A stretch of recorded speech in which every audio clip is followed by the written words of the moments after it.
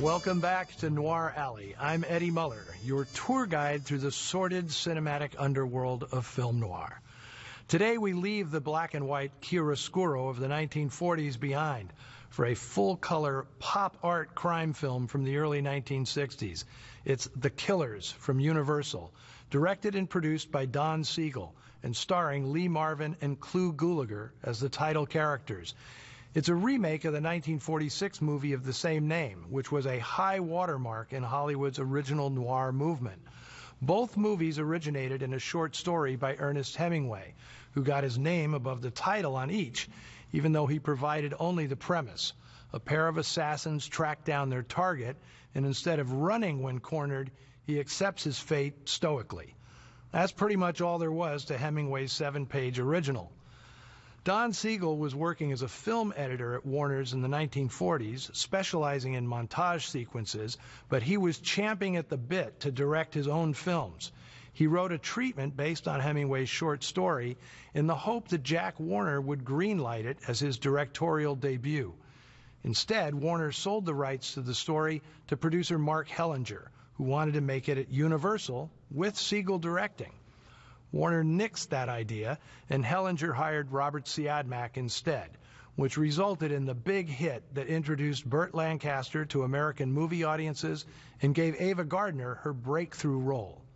Hellinger's 1946 feature is often called the Citizen Kane of film noir for its intricate flashback structure, artful direction, and the mystery surrounding a man's last moments. 18 years would pass before Don Siegel finally got a chance to make his version. NBC bought the property with the intention of making it as a TV movie. At that time, Lee Marvin and Angie Dickinson weren't yet the huge stars they'd become later in the decade. The script was by Gene L. Kuhn, who'd written a few screenplays, but mostly worked in television, writing on everything from Have Gun Will Travel to McHale's Navy. 3 years later, Kuhn would be one of the lead writers on the original Star Trek, as well as being the showrunner for that landmark program. Kuhn's script differs from the original in one significant way. There is no insurance investigator, the character played by Edmund O'Brien in the earlier version. Here, it's the killers themselves, especially Charlie, played by Lee Marvin, who want to know why their victim invites his death. The change balances the noir scales, so to speak. Siegel's film has none of the visual style associated with noir, but it's an even darker vision. The killers, supporting players in the original, are the protagonists of this film, a sure sign that the times were changing. And there isn't nearly the same narrative complexity, as the dozen or so flashbacks that drove the first version are pared to only a few, featuring John Cassavetes as Johnny North, the race car driver who replaces the lovelorn boxer played by Lancaster in the original. Also making the film historically significant, it's the last movie made by the future President of the United States, Ronald Reagan, who 3 years later would be elected governor of California. He goes out with a bang, playing the cold-hearted villain of the piece.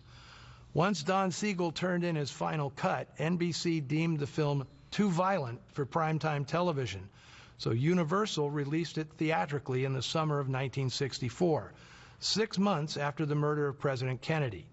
The nation's grief didn't help the box office any, but over time, this version of The Killers has found a devoted following, especially among fans of Siegel's streamlined, hard-edged style.